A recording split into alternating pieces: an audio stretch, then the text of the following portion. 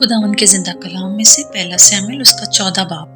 اور ایک دن ایسا ہوا کہ ساؤل کے بیٹے یونتن نے اس جوان سے جو اس کا صلہ بردار تھا کہا کہ ہم فلسطینیوں کی چوکی کو جو اس طرف ہے چلیں، پر اس نے اپنے باپ کو نہ بتایا۔ اور ساؤل جبہ کے نکاس پر اس انار کے درخت کے نیچے جو مجرون میں ہے مقیم تھا، اور قریباً 600 آدمی اس کے ساتھ تھے۔ اور اخیا بن اخیتوب جو یکبود بن فنہاس بن ایلی کا بھائی اور سیلا میں خداوند کا کاہن تھا، افود پہنے ہوئے تھا، اور لوگوں کو خبر نہ تھی کہ یونتن چلا گیا ہے۔ اور ان گھاٹیوں کے بیچ جن سے ہو کر یونتن فلسطینیوں کی چوکی کو جانا چاہتا تھا، ایک طرف ایک بڑی نکیلی چٹان تھی اور دوسری طرف بھی ایک بڑی نکیلی چٹان تھی۔ ایک کا نام بوسیس تھا، دوسری کا سنا۔ ایک تو شمال کی طرف مکماس کے مقابل اور دوسری جنوب کی طرف جبہ کے مقابل تھی۔ سو یونتن نے اس جوان سے جو اس کا صلہ بردار تھا کہا، ہم ادھر ان نامختونوں کی چوکی کو چلیں، ممکن ہے کہ خداوند ہمارا کام بنا دے، کیونکہ خداوند کے لیے بہتیروں یا تھوڑوں کے ذریعہ سے بچانے کی قید نہیں۔ اس کے صلہ بردار نے اس سے کہا، جو کچھ تیرے دل میں ہے سو کر اور ادھر چل، میں تو تیری مرضی کے مطابق تیرے ساتھ ہوں۔ تب یونتن نے کہا، دیکھ، ہم ان لوگوں کے پاس اس طرف جائیں گے اور اپنے کو ان کو دکھائیں گے۔ اگر وہ ہم سے یہ کہیں کہ ہمارے آنے تک ٹھہرو، تو ہم اپنی جگہ چپ چاپ کھڑے رہیں گے اور ان کے پاس نہیں جائیں گے، پر اگر وہ یوں کہیں کہ ہمارے پاس تو آؤ، تو ہم چڑھ جائیں گے، کیونکہ خداوند نے ان کو ہمارے ہاتھ میں کر دیا، اور یہ ہمارے لیے نشان ہوگا۔ پھر ان دونوں نے اپنے آپ کو فلسطینیوں کی چوکی کے سپاہیوں کو دکھایا، اور فلسطی کہنے لگے، دیکھو، یہ عبرانی ان سوراخوں میں سے جہاں وہ چھپ گئے تھے باہر نکلے آتے ہیں۔ اور چوکی کے سپاہیوں نے یونتن اور اس کے صلہ بردار سے کہا، ہمارے پاس آؤ تو صحیح، ہم تم کو ایک چیز دکھائیں۔ سو یونتن نے اپنے صلہ بردار سے کہا، اب میرے پیچھے پیچھے چڑھا چلا آ، کیونکہ خداوند نے ان کو اسرائیل کے ہاتھ میں کر دیا ہے۔ اور یونتن اپنے ہاتھوں اور پاؤں کے بل چڑھ گیا، اور اس کے پیچھے پیچھے اس کا صلہ بردار تھا، اور وہ یونتن کے سامنے گرتے گئے، اور اس کا صلہ بردار اس کے پیچھے پیچھے ان کو قتل کرتا گیا۔ یہ پہلی خون ریزی جو یونتن اور اس کے صلہ بردار نے کی قریباً 20 آدمیوں کی تھی، جو کوئی ایک بیگ زمین کی ریگھاری میں مارے گئے۔ تب لشکر اور میدان اور سب لوگوں میں لرزش ہوئی، اور چوکی کے سپاہی اور غارت گر بھی کانپ گئے، اور زلزلہ آیا، سو نہایت شدید کپکپی ہوئی۔ اور ساؤل کے نگہبانوں نے جو بنیامین کے جبہ میں تھے نظر کی، اور دیکھا کہ بھیڑ گھٹتی جاتی ہے اور لوگ ادھر ادھر جا رہے ہیں۔ تب ساؤل نے ان لوگوں سے جو اس کے ساتھ تھے کہا، شمار کر کے دیکھو کہ ہم میں سے کون چلا گیا ہے۔ سو انہوں نے شمار کیا، تو دیکھو یونتن اور اس کا صلہ بردار غائب تھے۔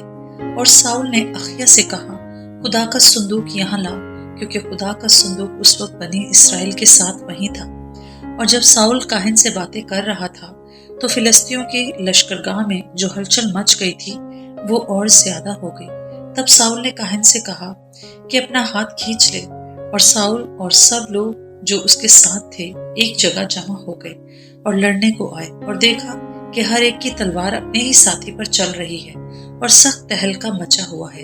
اور وہ عبرانی بھی جو پہلے کی طرح فلسطینیوں کے ساتھ تھے اور چاروں طرف سے ان کے ساتھ لشکر میں آئے تھے، پھر کر ان اسرائیلیوں سے مل گئے جو ساؤل اور یونتن کے ہمراہ تھے۔ اسی طرح ان سب اسرائیلی مردوں نے بھی جو افرائیم کے کوہستانی ملک میں چھپ گئے تھے، یہ سن کر کہ فلسطی بھاگے جاتے ہیں، لڑائی میں ان کا پیچھا کیا۔ سو خداوند نے اس دن اسرائیلیوں میں رہائی دی، اور لڑائی بیت آون کے اس پار تک پہنچی۔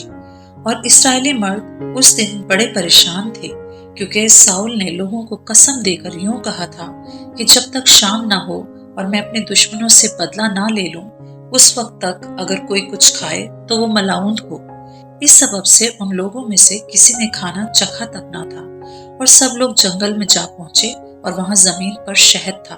اور جب یہ لوگ اس جنگل میں پہنچ گئے تو دیکھا کہ شہد ٹپک رہا ہے، پر کوئی اپنا ہاتھ اپنے منہ تک نہیں لے گیا، اس لیے ان کو قسم کا خوف تھا۔ لیکن یونتن نے اپنے باپ کو ان لوگوں کو قسم دیتے نہیں سنا تھا۔ سو اس نے اپنے ہاتھ کے عصا کے سرے کو شہد کے چھتے میں بھونکا اور اپنا ہاتھ اپنے منہ سے لگا لیا اور اس کی آنکھوں میں روشنی آئی۔ تب ان لوگوں میں سے ایک نے اس سے کہا کہ تیرے باپ نے لوگوں کو قسم دے کر سخت تاکید کی تھی اور کہا تھا کہ جو شخص آج کے دن کچھ کھانا کھائے وہ ملعون ہو، اور لوگ بے دم سے ہو رہے تھے۔ تب یونتن نے کہا میرے باپ نے ملک کو دکھ دیا ہے، دیکھو میری آنکھوں میں ذرا سا شہد چکھنے کے سبب سے کیسی روشنی آئی، کتنا زیادہ اچھا ہوتا اگر سب لوگ دشمن کی لوٹ میں سے جو ان کو ملی دل کھول کر کھاتے، کیونکہ ابھی تک فلسطینیوں میں کوئی بڑی خون ریزی بھی نہیں ہوئی ہے۔ اور انہوں نے اس دن مکماس سے ایالون تک فلسطینیوں کو مارا اور لوگ بہت ہی بے دم ہو گئے۔ سو وہ لوگ لوٹ پر گرے اور بھیڑ بکریوں اور بیلوں اور بچڑوں کو لے کر ان کو زمین پر ذبح کیا اور خون سمیت کھانے لگے۔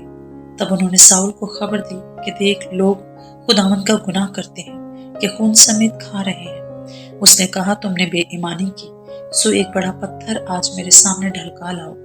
پھر ساؤل نے کہا کہ لوگوں کے درمیان ادھر ادھر جا کر اس سے کہو کہ ہر شخص اپنا بیل اپنی بھیڑ یہاں میرے پاس لائے اور یہیں ذبح کرے اور کھائے اور خون سمیت کھا کر خداوند کا گنہگار نہ بنے۔